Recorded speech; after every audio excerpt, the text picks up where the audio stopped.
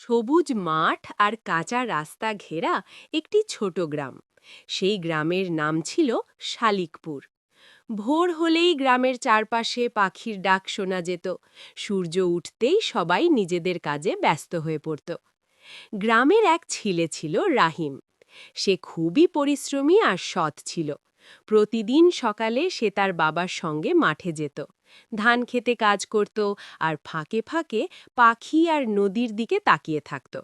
তার খুব ইচ্ছা ছিল বড় হয়ে পড়াশোনা করে গ্রামের মানুষের উপকার করবে। একদিন রাহিম স্কুলে যাওয়ার পথে একটি ছোট বাচ্চা ছাগলকে কাঁদতে দেখল। ছাগলটি তার মালিকের থেকে হারিয়ে গিয়েছিল।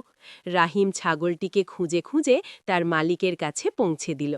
মালিক খুব খুশি হয়ে তাকে ধন্যবাদ দিল। সেদিন থেকে গ্রামের সবাই রাহিমকে আরও বেশি ভালোবাসতে লাগল, কারণ তারা বুঝতে পারল ছোট হলেও রাহিমের মনটা অনেক বড়।